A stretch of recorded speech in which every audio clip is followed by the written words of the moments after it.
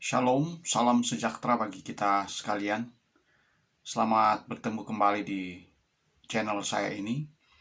Dan lewat channel saya ini, saya ingin bersama-sama dengan jemaat, khususnya jemaat Gereja Masih Injili di Minahasa, untuk merenungkan firman Tuhan sesuai dengan tema minggu ini yang dipilih oleh Badan Pekerja Majelis Sinode sesuai dengan pembacaan Alkitab dalam kitab Ibrani pasal 1 ayat 5 sampai 14 dengan judul yaitu Anak Allah lebih tinggi daripada malaikat-malaikat. Bunyinya adalah demikian. Karena kepada siapakah di antara malaikat-malaikat itu pernah ia katakan, "Anakku engkau telah kuperanakkan pada hari ini, dan aku akan menjadi bapanya, dan ia akan menjadi anakku." Dan ketika ia membawa pula anaknya yang sulung ke dunia, ia berkata, "Semua malaikat Allah harus menyembah dia." Dan tentang malaikat-malaikat ia berkata, "Yang membuat malaikat-malaikatnya menjadi badai dan pelayan-pelayannya menjadi nyala api." Tetapi tentang anak ia berkata, "Takhtamu ya Allah, tetap untuk seterusnya dan selamanya, dan tongkat kerajaanmu adalah tongkat kebenaran. Engkau mencintai keadilan dan membenci kefasikan. Sebab itu Allahmu telah mengurapi engkau dengan minyak sebagai tanda kesukaan melebihi teman-teman sekutumu. Dan pada mulanya ya Tuhan, engkau telah meletakkan dasar bumi, dan langit adalah buatan tanganmu. Semuanya itu akan binasa, tetapi engkau tetap ada. Dan semuanya itu akan menjadi usang seperti pakaian, seperti jubah akan engkau gulungkan mereka, dan seperti persalinan mereka akan diubah, tetapi engkau tetap sama, dan tahun-tahunmu tidak berkesudahan. Dan kepada siapakah di antara malaikat itu pernah ia berkata, "Duduklah di sebelah kananku, sampai kubuat musuh-musuhmu menjadi tumpuan kakimu"? Bukankah mereka semua adalah roh-roh yang melayani, yang diutus untuk melayani mereka yang harus memperoleh keselamatan?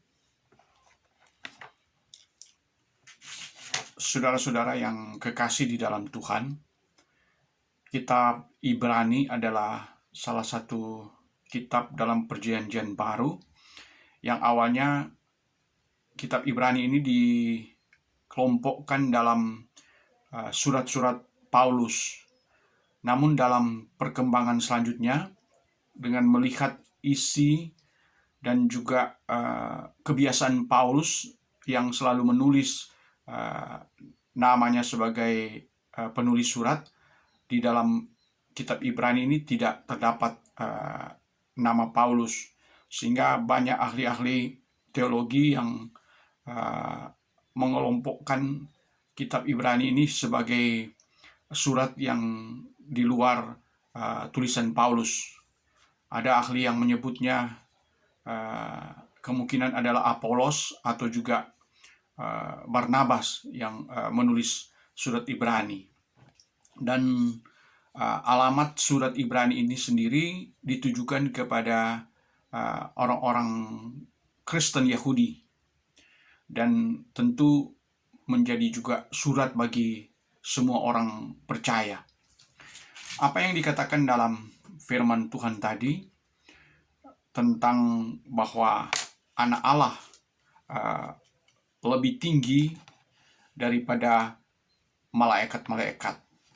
Dan di dalam pembacaan ini, sesuai dengan tema minggu ini adalah tongkat kerajaan Tuhan adalah tongkat kerajaan Tuhan adalah tongkat kebenaran. Saudara-saudara yang kasih, secara tematis menunjuk pada bagaimana anak Allah, yaitu Yesus Kristus itu sendiri, ditinggikan dan dimuliakan. Dan di sini disebut dia lebih tinggi dari malaikat-malaikat sesuai dengan perikop atau judul yang diberikan oleh Lembaga Alkitab Indonesia. Kalau kita mempelajari tentang kitab Ibrani ini, memberikan suatu gambaran bahwa penulis kitab Ibrani adalah seorang yang ahli dalam kitab Taurat. Dia seorang yang mampu menerjemahkan apa yang ada dalam Taurat menjadi suatu gambaran yang jelas di dalam Perjanjian Baru bahwa Yesus itu adalah kegenapan dari nubuatan-nubuatan. Yesus itu adalah kegenapan dari semua yang tertulis dalam kitab Taurat. Dan kitab Taurat itu hanyalah suatu gambaran tentang kemesiasan Yesus Kristus. Jadi dia adalah yang diurapi. Dia adalah anak Allah yang diurapi menjadi raja di atas segala raja. Apa yang kita baca tadi tentang tongkat. Tongkat ini secara hurufiah kita lihat sebagai sesuatu yang penyangga atau penopang bila orang melakukan perjalanan, atau juga kalau dia seorang gembala memiliki tongkat. Tapi tongkat juga ini memiliki arti yang lain, yaitu dalam soal perintah. Kalau kita tahu di kemiliteran itu ada tongkat komando. Jadi ini soal bagaimana seseorang menjadi komandan, bagaimana seorang menjadi pemimpin dilambangkan sebagai tongkat. Kalau kita lihat ada orang yang memegang tongkat yang kita sebut dengan tongkat komando atau tongkat kepemimpinan, yang di sini juga diartikan sebagai tongkat kerajaan. Jadi tongkat ini dalam pemahaman adalah pemimpin atau raja yang disimbolkan dengan tongkat itu sendiri.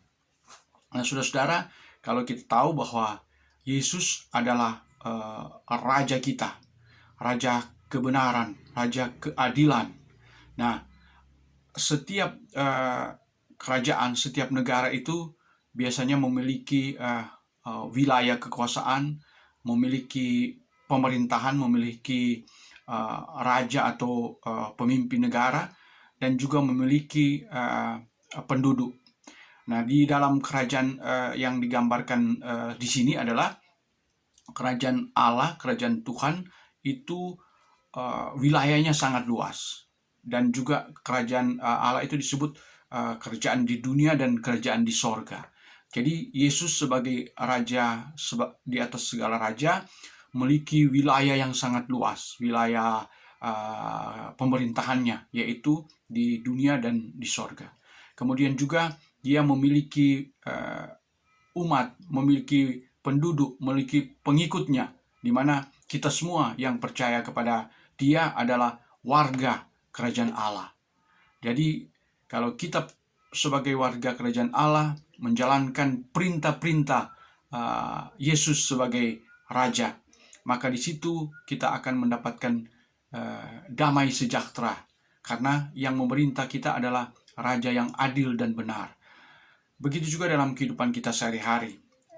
Banyak kali juga ini secara nyata dalam kehidupan kita, ketika kita diberikan jabatan atau memimpin sesuatu lembaga dan sebagainya, maka jalankanlah itu dalam keadilan dan kebenaran, sehingga kita akan mewujudkan damai sejahtera, di mana kita telah dipilih oleh Tuhan untuk menjadi pemimpin, entah itu dalam suatu lembaga atau dalam suatu organisasi dan berbagai komunitas lainnya. Inilah yang menjadi pesan firman, bahwa di mana kita sebagai umat yang percaya, kita meyakini Yesus sebagai raja. Dia adalah anak Allah yang diangkat, yang diutus, yang diurapi untuk menjadi raja di atas segala raja. Dan kita umatnya juga dapat mewujudkan itu ketika kita menjadi pemimpin, kita menjadi pejabat. Hendaknya kita juga membawa keadilan dan kebenaran. Sehingga di mana ada keadilan dan kebenaran, maka di situ akan tercapai damai sejahtera. Demikianlah firman Tuhan ini kiranya menjadi bagian dalam kehidupan kita sehari-hari. Amin. Tuhan Yesus memberkati.